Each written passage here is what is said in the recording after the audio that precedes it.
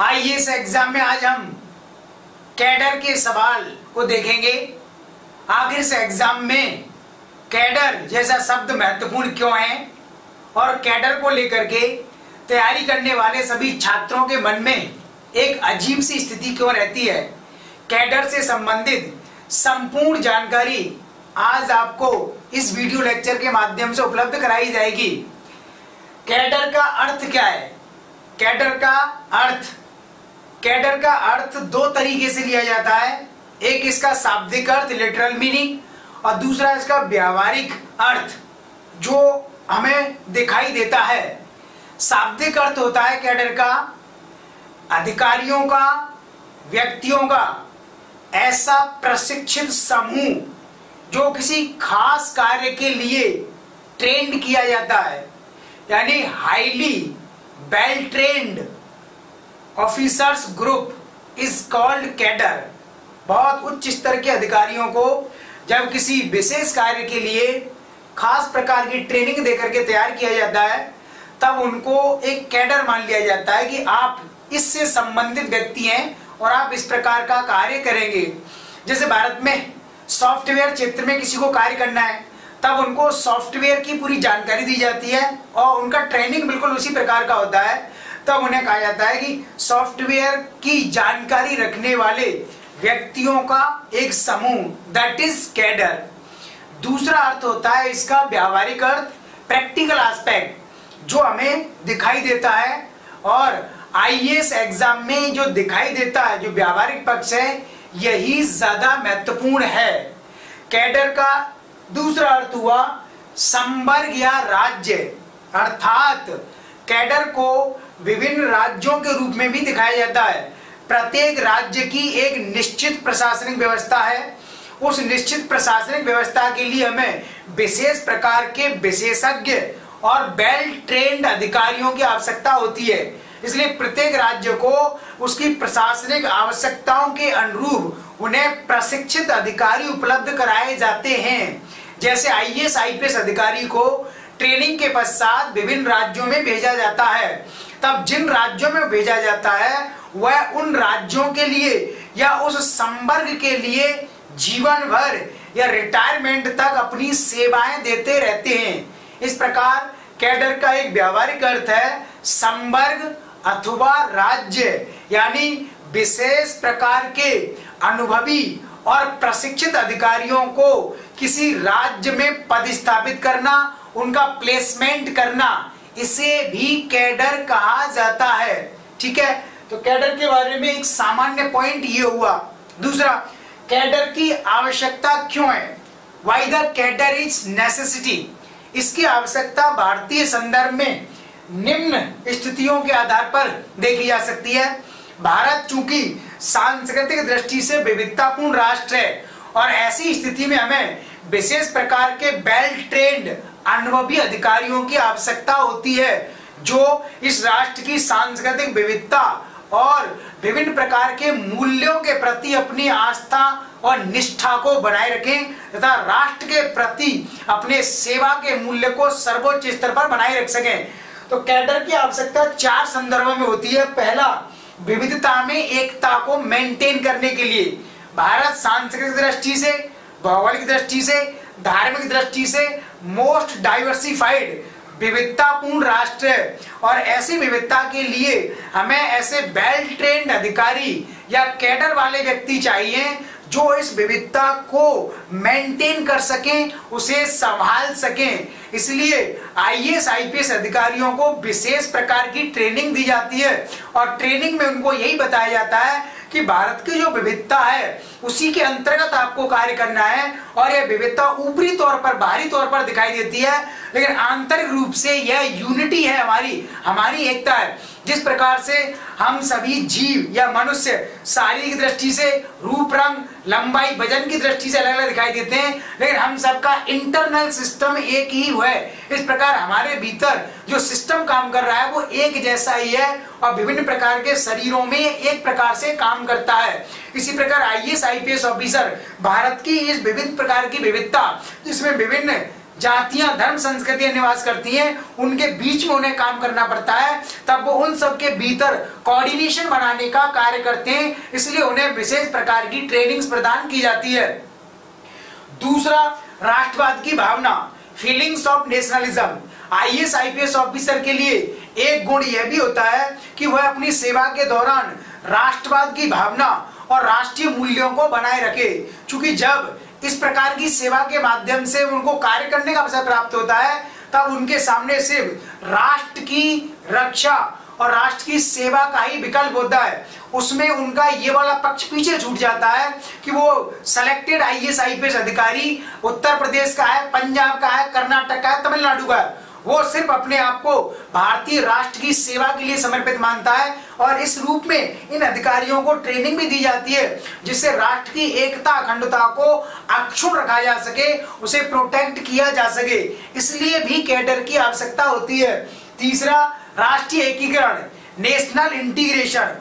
उत्तर से दक्षिण, पूर्व से पश्चिम, संपूर्ण भारत में एकता की भावना को बनाए रखने के लिए कैडर आवश्यक होता है। यानी विभिन्न राज्यों के व्यक्ति आईएएस आईपीएस परीक्षा में सेलेक्ट होते हैं और सेलेक्ट होने के पश्चात उन्हें भिन्न भिन्न राज्यों में भेज दिया जाता है और इसके माध्यम से वो पूरे भारत को यूनाइट करने का प्रयास करते हैं, इंटीग्रेशन का कार्य करते हैं और जिससे भारत एक राष्ट्र बना रहता है। इस प्रकार कैडर हमारे राष्ट्र की एकता और आंतरिक मूल्य से पूरी तरह से संबंधित है, जो इसकी ट्रेनिंग का एक अनिवार्य हिस्सा भी है। मूल्यों की स्थापना, आईएएस आईपीएस ऑफिसर्स के समक्ष कुछ मूल्य होते हैं। राष्ट्र की एकता, अखंडता, राष्ट्र की सेवा, जनता का हित और सरकारी नीतियों को सुरक्षित रूप में और पारदर्शी आधार पर ग्राउंड पर पहुंचाना। तो ये राष्ट्र की सेवा का जो मूल्य है, ईमानदारी, सत्यनिष्ठा, पारदर्शिता और त्वरित डिसीजन के माध्यम से कार्य करना, ये कैडर के माध्यम से ही संभव होता है। इस प्रकार हमने भारतीय परिस्थितियों में कैडर की आवश्यकता को 4 संदर्भों में देखा और अब इसके पश्चात कैडर का नियंत्रण एवं प्रबंधन कैसे किया जाता है। How the cadre is controlled and manage, तो controlling and management of the cadre. तो कैडर का नियंत्रण एवं प्रबंधन कैसे होता है। सभी छात्र भारत में आईएएस परीक्षा में शामिल होते हैं और UPSC, union public service commission, संघ लोक सेवा आयोग इस परीक्षा को, एग्जाम को कंडक्ट करता है और 3 स्टेज में परीक्षा होती है, प्रारंभिक परीक्षा, मुख्य परीक्षा और साक्षात्कार। और इसके पश्चात वह सेलेक्टेड कैंडिडेट की लिस्ट जारी कर देता है। जितनी वैकेंसी उसने उस वर्ष के लिए आउट की थी, उसी के अनुपात में वह सेलेक्टेड छात्रों की एक लिस्ट बनाता है। तो यूपीएससी केवल परीक्षा कंडक्ट करता है और उसके माध्यम से टॉप लेवल के व्यक्तियों को सेलेक्ट कर देता है। इसके पश्चात सेलेक्टेड कैंडिडेट की लिस्ट केंद्र सरकार या भारत सरकार को दी जाती है और केंद्र सरकार ही कैडर को नियंत्रित करती है और उसका मैनेजमेंट करती है और कैडर अलॉटमेंट, वितरण का कार्य केंद्र सरकार के द्वारा ही किया जाता है। राज्य सरकारों की उसमें क्या भूमिका होती है, यानी राज्य सरकारों से प्रतिवर्ष ये पूछा जाता है कि उनको कितने आईएएस और आईपीएस अधिकारियों की आवश्यकता है और प्रत्येक राज्य अपने राज्य की आवश्यकता के अनुरूप आईएएस आईपीएस अधिकारियों की डिमांड लिखित रूप में केंद्र सरकार को भेजता है। और केंद्र सरकार के अधीन एक डिपार्टमेंट होता है DOPT, department of personal and training, यानी एक कार्मिक विभाग होता है जो कार्मिक मंत्रालय के अधीन काम करता है। सामान्यतः मंत्रालय प्रधानमंत्री के पास ही होता है। इस प्रकार कैडर अलॉट करने का कार्य केंद्र सरकार का है, उसमें राज्यों की डिजायर पूछी जाती है और केंद्र और राज्य सरकार मिलकर के यह कार्य कैसे करते हैं, इसे हम एक एग्जाम्पल के माध्यम से समझते हैं। और यहां से हमको यह भी समझ में आ जाएगा कि किसी राज्य से किसी कैटेगरी में अगर आपने आईएएस आईपीएस में टॉप किया है, फिर भी आपको अपना होम कैडर क्यों नहीं मिल पाता है। उदाहरण के रूप में अगर जनरल कैटेगरी में आपका सिलेक्शन पुरुष कैटेगरी में हुआ है और आपको आईएएस प्रॉपर मिल गया है और उस राज्य से आईएएस के रूप में आपकी टॉप रैंक आई है, फिर भी आपको अपना राज्य कैडर के रूप में नहीं मिलेगा। ये डिपेंड करेगा कि आप उस राज्य ने केंद्र सरकार को अगर ये लिख करके भेजा है कि हमें अगले वर्ष के लिए जनरल कैटेगरी में एक आईएएस ऑफिसर पुरुष कैटेगरी में चाहिए, अगर राज्य सरकार ने ऐसी डिजायर केंद्र सरकार को लिख करके भेजी है, तब केंद्र सरकार पुरुष कैटेगरी जनरल श्रेणी से आपको आपका होम स्टेट दे सकती है। और अगर राज्य सरकार ने ऐसी डिमांड की ही नहीं है, राज्य सरकार ने सिर्फ ये लिख करके भेजा है कि हमें उस वर्ष के लिए जनरल कैटेगरी से केवल महिला आईएएस अधिकारी चाहिए, और आपने पुरुष के रूप में उस राज्य से टॉप किया है, तब आपको उस राज्य का निवासी होने के बावजूद, उस राज्य से टॉप करने के बावजूद आपका होम स्टेट कैडर के रूप में नहीं मिलेगा, और भारत सरकार अपनी मर्जी से आपको आपके राज्य के बाहर कहीं भी भेज सकती है। इसी प्रकार ओबीसी, एससी, एसटी सभी श्रेणियों में यही नियम लागू होता है। राज्य की सरकार लिख करके भेजती है कि ओबीसी में मुझे इस वर्ष के लिए एक पुरुष कैटेगरी में आईएएस ऑफिसर चाहिए, एक पुरुष कैटेगरी में एक आईपीएस ऑफिसर चाहिए, और महिला कैटेगरी में मुझे इस प्रकार के अधिकारी चाहिए। एससी एसटी कैटेगरी में भी आपको ऐसे लिख करके भेजना होता है। इसीलिए सिलेक्शन के पश्चात ज्यादातर विद्यार्थी टेंशन में रहते हैं जब तक कैडर का पूरी तरह से पता नहीं लग जाता, क्योंकि हर सेलेक्टेड कैंडिडेट की इच्छा होती है कि आईएएस आईपीएस बनने के पश्चात उसका मूल राज्य होम स्टेट उसे कैडर के रूप में मिल जाए, किंतु इस बात की गारंटी नहीं होती। ये केंद्र सरकार और राज्य सरकारों के बीच का आंतरिक मामला है, इसे आप किसी भी चैनल के माध्यम से जान नहीं सकते, आप इसके बारे में कोई जानकारी प्राप्त नहीं कर सकते। यही कारण है कि कैडर को लेकर के छात्रों के मध्य में बहुत ज्यादा उत्सुकता बनी रहती है। इस प्रकार कैडर का निर्धारण केंद्र सरकार करती है। प्रधानमंत्री की अध्यक्षता में मंत्रियों की एक मीटिंग होती है और सभी सिलेक्टेड कैंडिडेट्स की लिस्ट को सामने रखा जाता है। उसमें से आईएएस आईपीएस को अलग कर लिया जाता है, और फिर आईएएस आईपीएस को अलग करने के पश्चात ये देखा जाता है कि विभिन्न राज्यों से कितनी कितनी डिजायर आई है, उसके अकॉर्डिंग उन आईएएस आईपीएस अधिकारियों को उन राज्यों को दे दिया जाता है। और अगर उस राज्य से उस प्रकार की कोई डिजायर आई नहीं है, भले ही आप उस राज्य से टॉपर हो, तब आपको अपना मूल राज्य कभी भी नहीं मिलेगा और बहुत दूर आपको भेज दिया जाता है, और उसको लेकर के फिर आप काफी चिंता की स्थिति में चले जाते हैं। ठीक है, तो राज्य सरकार केवल कैडर के मामले में अपनी डिजायर बताती है। कैडर अलॉट करना, नियंत्रण करना, मैनेज करना ये केंद्र सरकार का काम होता है, क्योंकि केंद्र सरकार ने अगर एक बार कैडर दे दिया तब जीवन भर रिटायरमेंट तक वही रहेगा, वो किसी भी कीमत पर चेंज नहीं हो सकता है। तो कैडर से संबंधित फाइनल कंट्रोलिंग जो अथॉरिटी है वो सेंट्रल गवर्नमेंट ही होती है। कैडर से संबंधित कुछ अन्य पक्ष, कैडर के सकारात्मक पक्ष क्या है, जैसे मान लीजिए अगर आप राजस्थान राज्य से आईएएस आईपीएस बने हैं, तब आपको आपका होम स्टेट राजस्थान कैडर के रूप में नहीं मिला है और आपको तमिलनाडु भेज दिया गया है, तब इसका प्लस और नेगेटिव साइड क्या हो सकता है। सकारात्मक पक्ष इसका ये है, क्योंकि आपको अपने राज्य के बाहर अन्य राज्यों में कार्य करने का मौका मिलेगा, और उस राज्य के लोगों को आप जानते नहीं है, उस राज्य के लोगों के लिए आप बहुत अच्छे से कार्य कर सकते हैं और उसे आप एक चैलेंज मान सकते हैं। चूंकि आपको नए राज्य में नए स्थान पर जल्दी से अगर अपना नाम कमाना है, लोगों के बीच में पॉपुलर होना है, तब आप ईमानदारी से काम करेंगे, और भारत के विभिन्न राज्यों में इसके माध्यम से आपको काम करने का मौका मिलता है। अपने राज्य से बाहर के राज्य में अगर आप काम करते हैं, तब विभिन्न राज्यों की संस्कृति आपके अंदर एंटर करती है, और उससे पूरे राष्ट्र के संदर्भ में आपका एक एटीट्यूड बनता है जो आगे जाकर के राष्ट्र की एकता अखंडता के लिए आवश्यक होता है।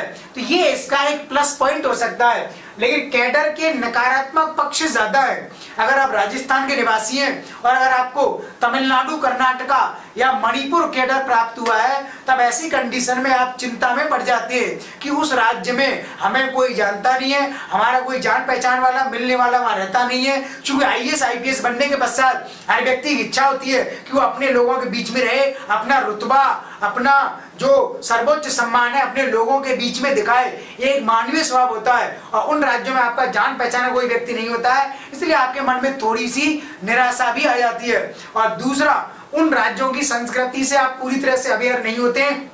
जैसे तमिलनाडु, आप रहने वाले राजस्थान के, तमिलनाडु में आपको तमिल भाषा में काम करना पड़ेगा, तमिल लोगों के साथ आपको कांटेक्ट करना पड़ेगा, लेकिन तमिल भाषा नहीं आती है और आपकी अंग्रेजी भी कमजोर है, तब आपको तमिलनाडु में आईएएस आईपीएस के रूप में काम करने में काफी मुश्किलें हो सकती है। और तीसरी एक व्यावहारिक समस्या होती है कि आपके माता पिता को चिंता रहती है कि बेटा बेटी हमारा दूसरे राज्य में आईएएस आईपीएस बन के काम कर रहा है और वो अपने मूल राज्य को छोड़ना नहीं चाहते, तो घर वालों से भी आपको काफी लंबे समय तक दूर रहना होता है और होल लाइफ रिटायरमेंट तक आपको अन्य राज्यों में कार्य करना होता है। तो इस रूप में कैडर के रूप में कुछ चिंताएं व्यक्ति के मन में बनी रहती हैं, किंतु ये आपके हाथ में नहीं होता है। इसलिए सिलेक्शन से ज्यादा इंपॉर्टेंट कैडर का आईएएस आईपीएस के लिए माना जाता है। चिंता नहीं करनी है, क्योंकि जब आपने टॉप लेवल के एग्जाम में जाने का फैसला कर लिया है तो पूरा भारत हमारा है और जो भी राज्य हमको कैडर के रूप में अलॉट होगा हम उसे अपना मूल राज्य मान करके सेवा करेंगे। इसी भावना के साथ आप इस एग्जाम में एंटर कीजिए। कैडर एवं मैरिज का रिलेशन क्या है? कैडर और विवाह का क्या संबंध है? कैडर और विवाह के संबंध में एक क्लॉज बना हुआ है। अगर आप अपना मूल कैडर चाहते हैं, अपना होम स्टेट चाहते हैं, यानी पहले तो आपको आपका राज्य कैडर के रूप में दिया नहीं केंद्र सरकार ने, क्योंकि आपके राज्य की सरकार ने वो वाली कैटेगरी लिख करके नहीं भेजी थी जिस कैडर में आपका सिलेक्शन हुआ था। तब एक ऑप्शन और बचता है लास्ट में कि आप अगर मसूरी ट्रेनिंग अकादमी में आईएएस के रूप में ट्रेनिंग ले रहे हैं या हैदराबाद की सरदार वल्लभ भाई पटेल एकेडमी में आईपीएस के रूप में ट्रेनिंग ले रहे हैं और उसी समय आपके बैच में कोई लड़की आईएएस आईपीएस के रूप में ट्रेनिंग ले रही है और उसको अगर आपका राज्य कैडर के रूप में अलर्ट हुआ है और वो अगर अनमैरिड है, उसने विवाह नहीं किया है, तब आप उससे अगर विवाह कर लेते हैं तब आपको आपका राज्य ही कैडर के रूप में मिल जाएगा। क्योंकि विवाह के लिए जरूरी है कि दोनों एक ही कैडर में रहें। अगर विवाह के पश्चात दोनों का कैडर अलग हो गया तब विवाह का अर्थ सिद्ध नहीं होगा। तो मैरिज के लिए क्या जरूरी है कि दोनों एक ही राज्य में रहें। और केंद्र सरकार ने हाल ही में एक बदलाव ये किया है कि अगर दोनों सेलेक्टेड कैंडिडेट आईएएस आईपीएस के रूप में अपने अलग अलग राज्यों से हैं और अगर वो दोनों लिख करके देते हैं शादी के पश्चात कि हमें कोई राज्य कैडर के रूप में चाहिए, तब केंद्र सरकार आपको वो प्रदान कर सकती है। लेकिन शर्त ये है कि लड़का और लड़की जिन जिन राज्यों से आए, जिन जिन राज्यों के निवासी हैं, वो राज्य आपको कैडर के रूप में नहीं मिलेंगे। शादी के रूप में आप कोई सा तीसरा राज्य कैडर के रूप में प्राप्त कर सकते हो। ये डिसीजन भारत सरकार ने हाल ही में लिया है, ठीक है ना। तो इसलिए जब तक सिलेक्शन नहीं हो जाए, उम्र पूरी नहीं हो जाए, सिर के बाल पूरे ना उड़ जाए, तब तक विवाह मत करना और एकेडमी में कोई ट्रेनिंग करने वाली लड़की से विवाह का प्रयास करना, तब आपको अपना होम स्टेट मिलने के एक चांस बना रहेगा। कैडर एवं प्रतिनियुक्ति, कैडर एवं डेपुटेशन का रिलेशन क्या होता है? यानी आपको अगर अपने राज्य के बाहर कोई दूसरा राज्य कैडर के रूप में अलॉट हुआ है, तब एक टेम्परेरी व्यवस्था भी की गई है कि आप अपने मूल राज्य में 3 वर्ष या 5 वर्ष के लिए आ सकते हैं टेम्परेरी बेसिस पर। राजस्थान के रहने वाले हैं आप, तमिलनाडु कैडर मिला हुआ है, तब भारत सरकार के रिक्वेस्ट पर है, भारत सरकार से अगर आप रिक्वेस्ट करते हैं तब आप 3 वर्ष या 5 वर्ष के लिए शॉर्ट टर्म के लिए राजस्थान में आ सकते हैं। लेकिन 3 वर्ष या 5 वर्ष की अवधि पूरी होती है फिर से आपको अपने मूल कैडर तमिलनाडु में ही लौटना होगा। तो डेपुटेशन के माध्यम से शॉर्ट टाइम के लिए आपको अपने राज्य में काम करने का मौका मिल सकता है। अखिल भारतीय सेवा एवं कैडर, ये आपको ध्यान रखना है। कैडर की व्यवस्था केवल all India services Akhil Bharatiya सेवाओं के लिए ही होती है। सेंट्रल सर्विस के लिए कोई कैडर नहीं होता, स्टेट सर्विस के लिए कोई कैडर नहीं होता है। तो अखिल भारतीय सेवाएं केवल 3 होती हैं, आईएएस, आईपीएस और इंडियन फॉरेस्ट सर्विस। इन तीनों में सिलेक्शन के पश्चात ही आपको कैडर अलॉट किया जाता है। बाकी अन्य सेवाओं में कैडर का कोई लेना देना नहीं होता, क्योंकि अखिल भारतीय सेवा के अधिकारियों को केंद्र सरकार, राज्य सरकार और केंद्र शासित प्रदेशों में सेवा देनी होती है। इसलिए कैडर इन्हीं के संदर्भ में डिसाइड किया जाता है। मूल्यांकन, कैडर की व्यवस्था उचित है या अनुचित, इस संबंध में कैडर की आवश्यकता के आधार पर जवाब दिया जा सकता है। कैडर की व्यवस्था प्रॉपर ठीक है, होना चाहिए, क्योंकि अगर आपको अपना राज्य ही कैडर के रूप में दे दिया जाए तब पूरे राष्ट्र के संबंध में आपकी जानकारी नहीं बढ़ेगी और भारत की एकता अखंडता का मूल अर्थ क्या है आपको समझ में नहीं आएगा और संपूर्ण राष्ट्र की सेवा करने का आपको मौका नहीं मिलेगा। इस रूप में आपको अपने राज्य से बाहर भेजा जाना ज्यादा ठीक है, ये उचित माना जाएगा। कैडर की व्यवस्था होनी चाहिए। अनुचित इस रूप में है कि एक बार कैडर मिलने के पश्चात उसे आपके रिटायरमेंट तक चेंज नहीं किया जा सकता। ये थोड़ा सा स्टैटिक रूल है सेंट्रल गवर्नमेंट इसमें चाहे तो कुछ क्लॉज जोड़ सकती है कि 10 साल की सेवा के पश्चात आपको अपना मूल राज्य दिया जा सकता है।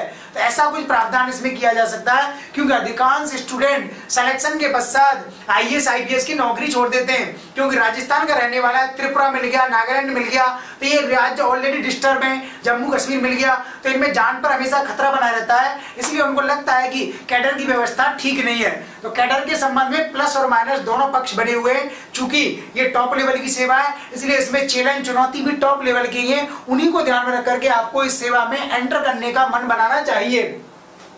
कैडर सिलेक्शन से अधिक महत्वपूर्ण क्यों है? चूंकि कैडर सबसे ज्यादा मायने रखता है। एक तो इस वजह से भी मायने रखता है क्योंकि सिलेक्शन के पश्चात अगर आपको अपना राज्य कैडर के रूप में मिल जाता है तब आपको मोटा दहेज मिलता है।